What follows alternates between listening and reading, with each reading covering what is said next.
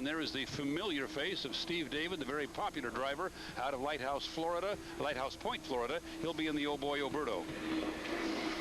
Mike Allen, we are looking at him back in the U7, the FormulaBoats.com #2, and he's out of New Orleans, Louisiana. That boat has no points to speak of and won't be in the final, but the driver might be. J.Michael Kelly, the youngster out of Puyallup, up from the outboard ranks. A very, very talented young man driving the U13. That's the bright yellow and green boat. Kevin Aylesworth in another distinctively colored boat, black and gold, the U21 area code Cellular out of San Diego, California. Jeff Bernard, a youngster up from the limited ranks, driving the U99, one of the two Fred Leland boats. The sponsor there is Lake Ridge Paving. The boat is black and green. And rounding out the field is Greg Hopp in the Todd Haas American Dream, the U100, the other boat that's owned by Fred Leland, and the two teammates out on the race course together for the first time today. We are at the point on the clock now where we should see the field beginning to shape up at the 2-minute mark. You're looking at Steve David in the Oh Boy Oberto, and he is just starting a run down the long front chute. He has 2 minutes. He could go clear around the race course at the speed he's going, and we'll see if he chooses to do that or makes a maneuver through the infield. A very important part of the boat race happening right here as the drivers are jockeying for that all-important inside. The race course much bigger if you're running out in lane 6. He'll be followed by this young man, Kevin Aylesworth out of San Diego. The black and gold area code Cellular U21, a boat that was owned by Dr. Ken Muscatel, and in fact a couple of those flip sequences that we saw earlier today, that boat was involved and has been rebuilt several times, and again over this winter after the Freedom Racing Team down in San Diego took control of that boat, purchased it from the good doctor. He is swinging through the turn now around to the backstretch where 4 boats have already parked themselves in their chosen lanes and are moving very, very slowly. You're looking at Mike Allen in his normal ride, the U7. He's the 3rd boat back. Coming up beside him is J.Michael Kelly. He'll come into your picture in just a moment. There he is in the yellow and green U13. There are 2 boats way up ahead of them moving very slowly, but the boats that are trailing have plenty of time here to catch up. We are still over 45 seconds to the start of this race, and the 2 guys out in front are going to have to slow down. They are, and Greg Hopp is trying to squeeze in that lane number 1. He may have to slide out into 2 or 3. Kevin Aylesworth has scooted up way on the outside, and he's got speed up at this point. We're still 30 seconds away from the start of this heat, but Kevin Aylesworth has really rocketing around the top of the turn. I'm not sure if his clock is on the same clock. Well, he's way outside. He is way outside, and now everybody else's speed comes up. The rooster tails come up, and everybody squares around, heads for the starting line of Heat 3B. Steve David is out in lane 5. Aylesworth has actually timed this pretty well. He's running down here now with 7 seconds, 6, 5. Oh, it's going to be close. 4, 3. It's going to be too early. 2, 1. We have boats over the line. They might all be over the line. If that's the case, then we're racing. If everybody's over the line, then the extra lap goes away, and we are racing as they head down to the Blue Bridge turn, and we will see who comes out of that huge spray of rooster tails. On first time around, it looks like Greg Hopp. Greg Hopp has the lead on the inside. He may or may not have been one of the gun jumpers. If anybody was legal in that field, and they're probably leading this race, we think the whole field might be over the line, but that'll be reviewed. We'll get the word to you. Look at Greg. That's the best this U100 has run for a long time. And Mike Allen is coming right up behind him, and on the outside is the Oh Boy Oberto, and we've got J.Michael Kelly is on the outside as well. You've got 4 or 5 boats all buried in the rooster tail out there, but Greg Hopp leads them coming through the turn. As they turn toward us now, you'll be able to see all 4. First, you'll see Greg Hopp on the inside, and then sticking his nose out right beside him is Mike Allen in the red Formula boat. Somebody's going dead up there. That's Steve David. That's Steve David. The Oberto may have gone down, and now somebody has to slow down to get around him, but Greg Hopp. And we've got a red flare, and we've got a problem on the race course, Steve. We've got a red flare. We have the rescue boat on the way. There was an accident, and we missed it. It was up in that turn, and it was the reason that Steve David was slowing down. Somebody went over. It's J.Michael Kelly. It's the yellow and green boat is upside down in the west turn. It's right up at the apex, and Steve David has damage on the back of his boat. We've had a collision. He sure does. He's got a whole set of tail feathers and horizontal stabilizer, the wing on the back. You're looking at the damage to Steve David's boat. If you pan almost straight up, you will get a look at J.Michael Kelly. That's the Lake Ridge Paving, which is right side up. I believe there's a boat upside down in the west turn. It looks to me like J.Michael. Oh boy, Greg Hopp hasn't gotten the word. He hasn't slowed down yet, and he's running around that turn almost at speed. He missed the red flag somehow. Now he gets the message. Okay, there's J.Michael Kelly's boat. I believe there was contact between that boat and the Oh Boy Oberto, because there was damage on the back of the Oberto. Is that a helmet on the far side of the boat? We have to hope that JMK is out of that boat okay.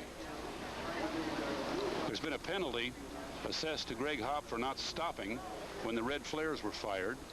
The rescue team is arriving now at the stricken U-13.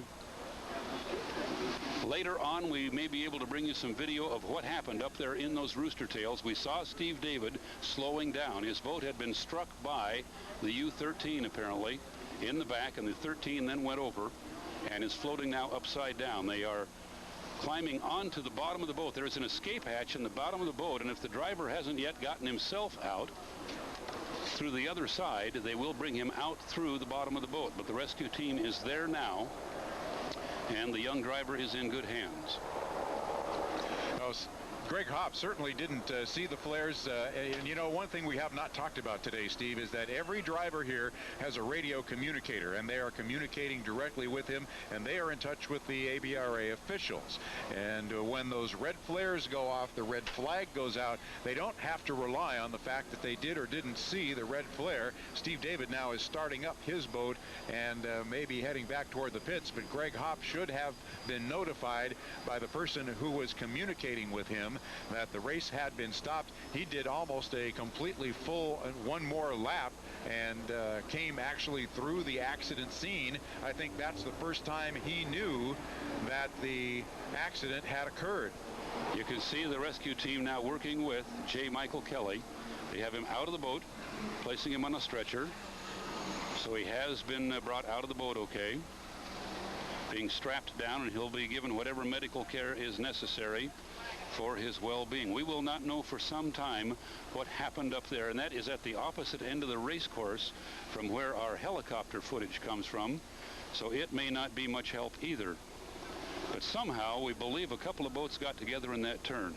We see the damage to the Oh Boy Oberto. We see the upside down U-13 and the driver being loaded into the rescue boat. We do not speculate on the condition of a driver because we simply don't know how he's doing at this point. You can look at the activity of the medical crew and try to make assumptions about how concerned they are, but that's dangerous to do. You're watching the same pictures we are, and we only hope that the young man is okay. Steve David has been released to start the boat. You were looking at the damage to the tail of the boat right now. Normally, they would not release any of the boats back. I'm wondering if there is some damage elsewhere on the boat that he felt he needed to get back in and get repaired as he comes back to the dock. Well, the other boats are still sitting out here waiting to be permitted to fire back up. I doubt if anyone knows very much about what happened up there. From our vantage point, which is a very good one, in the west end of the race course, there are rooster tails. The rooster tail of Greg Hopp on the inside was high in the air and blocking out entirely the scene of whatever happened right at that point. But apparently a couple of boats got together, damage to the back of the Oh Boy Oberto and the U-13 ending up upside down. You're looking at the rescue boat, which has driver J.Michael Kelly aboard, and they are bringing him back to the pit area. And it'll be some time, obviously, before he arrives back here. The drivers will be told soon that they can restart their boats and head back to the pits. We've been told he's conscious and talking to his rescuers. And that's always the first bit of good news we want. We did not see, and I don't like to speculate, but we didn't see any frantic medical activity aboard that boat. We are told that J.Michael is talking to the rescue crew. So that's what we'll tell you so far, and we'll be thankful we're able to say that. Well, just keep an eye on the situation as it develops. Looks like a crew boat headed out. That also is not unusual as they begin to tow the U-13 Acura of Bellevue, presented by Spirit of Detroit, back into the pit area. They're just beginning a long trek. They're about as far away from the pit area as you can get. So they've got a long ways to go. And Scott Reister down in the pits. We're going to want to talk to Steve David. Now, the accident, I think, was behind him. I think he actually got hit in the back end, but he might have some idea what went wrong, perhaps with J.Michael Kelly's boat, to cause this incident. So a couple of the drivers who were in that heat might have had a better look at what went on. See, the Oberto is back in the pit area now. And our guy Scott down there will have Steve David for us just as soon as he's available. And again, I think Steve was ahead of Scott actually getting in trouble, so he might not have seen what happened. Putting the sling on the Oberto and focusing in our camera and shot now on the tail feathers, and something fairly violent happened there, whether he ran through a rooster tail, whether he was hit in the back end, or it's hard to tell. We won't know until we talk to Steve David, but something fairly violent happened to the rear end of the Oberto. And we've had another heat stoppage, meaning that our program is set back again. It may be 7:30, 8 o'clock. What time does the sun go down here in beautiful central Washington? Hopefully we have plenty of time left to get this thing completed. Watching the rescue boat heading back toward the pit area, the medical dock. They are just a little bit past the start-finish line, and we're now looking at the U-13 unlimited hydroplane upside down. They'll tow it all the way back. It's a delicate operation to get that boat righted, and there's probably water in the boat as well, and so we'll keep an eye on that when the boat gets back down to the pit area. Not the first time that J.Michael Kelly has come out the bottom. He drove last year for Jim Harvey in the U2, had an incident in Detroit where he rode up a rooster tail and the boat sat on the transom, got stuck in the mud, and then tipped over and left him upside down. So he has some experience with these rescues through the bottom of the boat. Not something a driver wants to be doing, but we certainly hope that he came through this one okay. And we should let the fans know that these drivers all have compressed air. They are all certified divers, and every year they have to go through what they call capsule training, where they put you in a pool. They've got a simulated hydroplane capsule. They put you in, dump you overboard and upside down in the pool, and you have to get out. You have to pass that test in order to be certified to drive not just an unlimited hydroplane, but any of these boats that we've seen here on the Columbia River that have the enclosed canopies. Fred Leland, the owner of the 99 and the 100, was a driver when I first met him back in the early 80s. Quit driving because of that test. He didn't like the idea of being dunked in a swimming pool, and so since then he's had other guys doing the driving and taking the dunk test. But they do run you down a ramp into the water with pretty good impact, turn you upside down, and that's where you learn to kind of keep your wits about you. They ask you to press the mask to your face, take some deep breaths, and wait for help. My friend Mark Evans, who I did a lot of broadcasting with, never waited for the rescue crew. His whole thing was to pop out in the bottom and be dancing there when they got to him. Good look here at the rescue boat, where they are working with J.Michael Kelly and bringing him back to the medical area in the Neil Afflimson pits. Looks like the couple of the boats are going to need tows to get back. We have the U-100 floating in the middle of the course, and Greg Hopp appears to have given up on restarting the thing. And also Kevin Aylesworth having some trouble getting the black and gold area code cellular to fire up and take him back to the pit. So we're going to need some towboats, and it's going to be a while before we get the river cleaned up. In the truck, if you need to take a break, this would be a time to do it. Okay, we understand we have helicopter footage of this accident. We will not actually see the accident, however. We will see the debris afterwards. And there goes Greg Hopp. So this was a little bit of time after. Now this is what happened is the helicopter had to come up to the other end of the race course to get us that picture. Also getting a notification that Greg Hopp missed a couple of red flags, and they say his radio wasn't working, Mark, and that's why his radio man wasn't able to let him know that there was a problem. Damage on the front was like of Ellsworth.